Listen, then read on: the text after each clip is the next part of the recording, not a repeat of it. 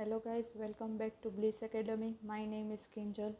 Last video में हमने first flight की पोयम डस्ट ऑफ स्नो उसकी समरी समझी थी। आज हम थिंकिंग अबाउट द पोयम के सारे question answer with Hindi translation समझेंगे। तो आपने अगर अभी तक मेरी चैनल सब्सक्राइब नहीं की है तो चैनल को लाइक, सब्सक्राइब और शेयर ज़रूर करिए। Let's begin. तो सबसे पहले हम इसके क्वेश्चन आंसर सोल्व करेंगे। First one, what is a dust of snow? बर्फ की धूल क्या है? वॉट डज द पोएट से has change his mood? Poet ने क्या बताया कि जिससे उनका मूड चेंज हो गया? How has the poet's mood change? और पोएट का मूड कैसे बदला? The dust of snow means the fine particles of और फ्लेक्स ऑफ अ स्नो। बर्फ़ की धूल का मतलब होता है कि छोटे छोटे बर्फ़ के कण। The sudden shower in the form of the dust of snow changed the poet's mood. तो जो दूसरा क्वेश्चन है ना कि पोएट का मूड कैसे बदला, तो अचानक से उनके ऊपर जो बर्फ़ की धूल यानी कि बर्फ़ के छोटे छोटे जो कण गिरे थे उनकी वजह से उनका मूड चेंज हो गया था। The poet's mood changed from sad to happy. वो दुखी थे, वो डिप्रेसिव थे, तो उनसे उनका मूड सैड में से हैप्पी हो गया, वो खुश हो गए। He felt refreshed and wanted to enjoy the rest of the day. वो एकदम एनर्जेटिक फील करने लगे और वो चाहते थे कि जो उनका बाकी दिन बचा है ना, वो उनको फ्रूटफुली यूज़ करें। Second question, how does Frost present nature in this poem? Robert Frost जो इस पोएम के पोएट है, उन्होंने इस पोएम में नेचर को यानी कि प्रकृति को कैसे प्रेजेंट किया है? द फॉलोइंग क्वेश्चंस में help you to think of an answer. तो हमारे पास यहाँ पे 3 अलग अलग क्वेश्चंस हैं जिसको हम सोल्व करेंगे। First one, what are the birds that are usually named in poems? Do you think crow is often mentioned in poems? तो ऐसे कौन से बर्ड्स हैं जो यूजुअली उनके नाम पोएम्स में आते रहते हैं, लिए जाते हैं? और क्या आपको लगता है कि इस पोएम में जो क्रो का यानी कि कौवा है उसका मेंशन हुआ है? तो वो ठीक है। What images come to your mind when you think of a crow? जब आप कौवे के बारे में सोचते हो तो आपके क्या क्या विचार आते हैं, आपकी इमेजेस क्या क्या हैं? Second question, again what is a hemlock tree? Why doesn't the poet write about more beautiful trees such as a maple or an oak or an pine?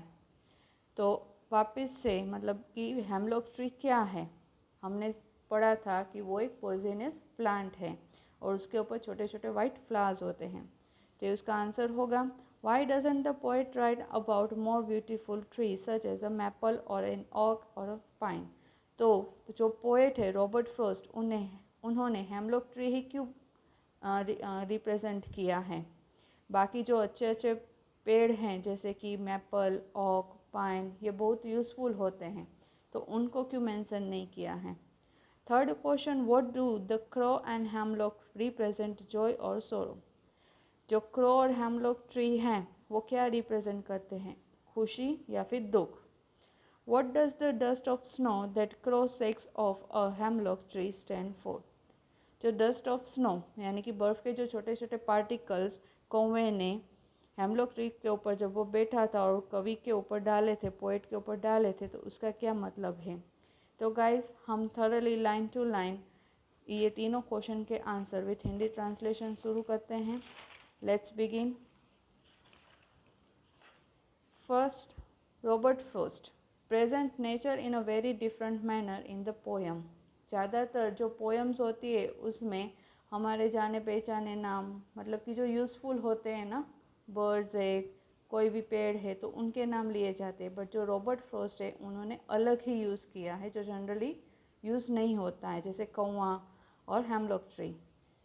First one, generally poet take the birds and trees which are known for their beauty and good qualities like parrot, peacock, cuckoo, and trees full of beautiful flowers and fruits etc. Generally क्या होते हैं, जो poets होते हैं ना, वो अगर कोई बर्ड्स या ट्रीज़ के नाम ले रहे तो वो जिस उनकी ब्यूटी और गुड क्वालिटीज़ के लिए वो जाने जाते हैं। जैसे कि पैरट है, पिकॉक उसकी ब्यूटी के लिए जाना जाता है, जो कुकू है उसकी मीठी आवाज़ होती है उसके लिए वो जानी जाती हैं। और जो पेड़ होते जो जिसके ऊपर ब्यूटीफुल फ्लावर्स उगते हैं, फ्रूट्स होते हैं, तो वैसे नाम लेते हैं। But here frost has taken a totally different approach, उनका एक अलग ही व्यू है। ही चोज अ क्रो, उन्होंने कौवे को चुना, which is not often used in poems, जो जनरली पोएम्स में यूज़ नहीं होता है। It is black in colour, सबसे पहला तो नेगेटिव पॉइंट, उसका कलर ब्लैक होता है, विथ हार्श वॉइस, उसकी आवाज़ जो होती है कर्कश, यानी कि कान को सुनने के लिए अच्छी नहीं लगती है। We do not like to listen.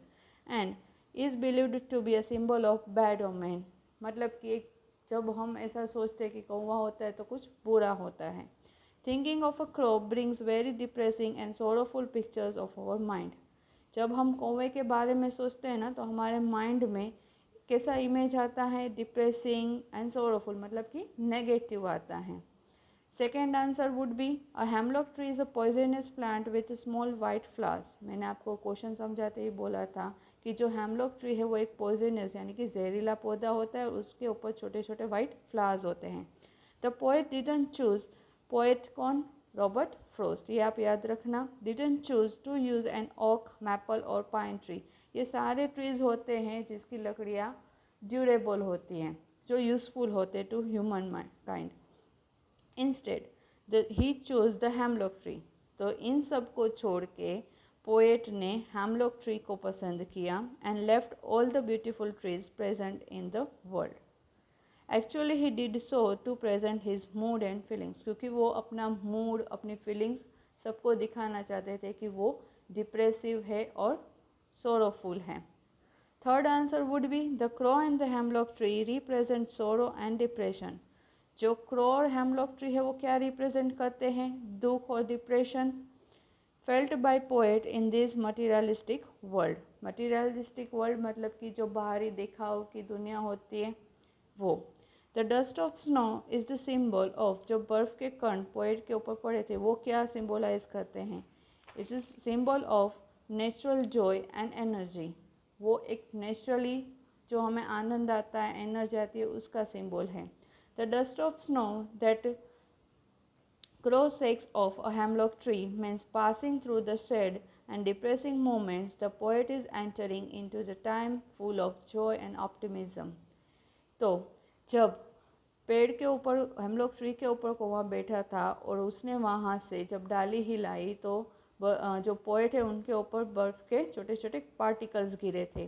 तो तब जब गिरे तब वो सैड और डिप्रेसिंग मूड में थे, तो जैसे ही उनके ऊपर बर्फ़ के कण गिरे वैसे ही वो सैड और डिप्रेसिंग मूड में से, उस मोमेंट में से पास होके एक जॉय और ऑप्टिमिज़म वाली दुनिया में वो एंटर हो गए थे, जहाँ से उनका मूड अच्छा हो गया था। तो ऑप्टिमिज़म का मतलब होता है guys hopefulness and confidence about the future, अपने भविष्य को लेके कुछ आशा या फिर कुछ विश्वास हो कि नहीं अभी अच्छा होगा, और द सक्सेस ऑफ समथिंग, या फिर आपने कुछ हासिल किया हो जिसमें आपको सक्सेस मिली हो। तो ये ऑप्टिमिज़म का मीनिंग है, आप नोट डाउन कर सकते हो, आप चाहो तो स्क्रीनशॉट भी ले सकते हो। Third question, have there been times when you felt depressed और होपलेस, आपके साथ कभी ऐसा हुआ है कि एक ऐसा समय आया हो कि आप भी डिप्रेस्ड और होपलेस फील करो या फिर किया हो। Have you experienced a similar moment that changed your mood that day, क्या आपने भी पोएट की तरह ऐसा कोई मोमेंट फील किया है जिससे आपका मूड तुरंत ही चेंज हो जाए।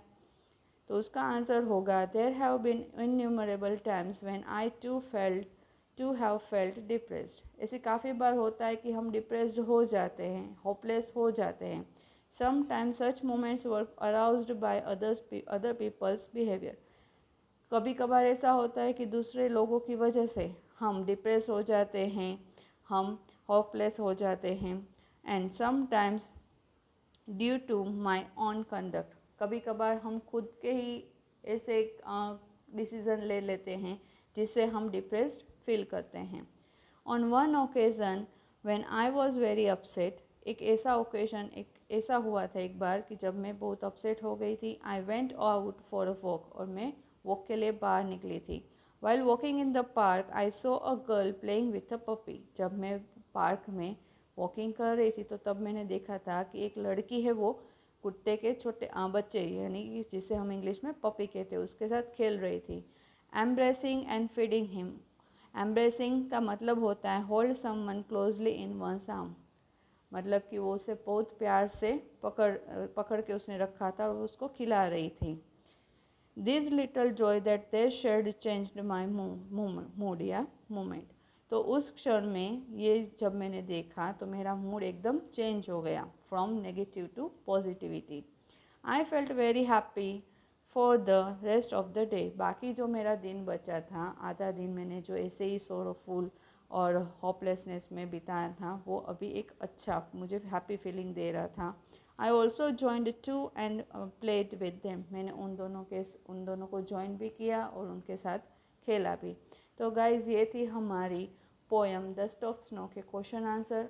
अगर आपको मेरी को एक्सप्लेनेशन अच्छी लगी हो तो वीडियो को लाइक, सब्सक्राइब और शेयर ज़रूर करिए। Thank you.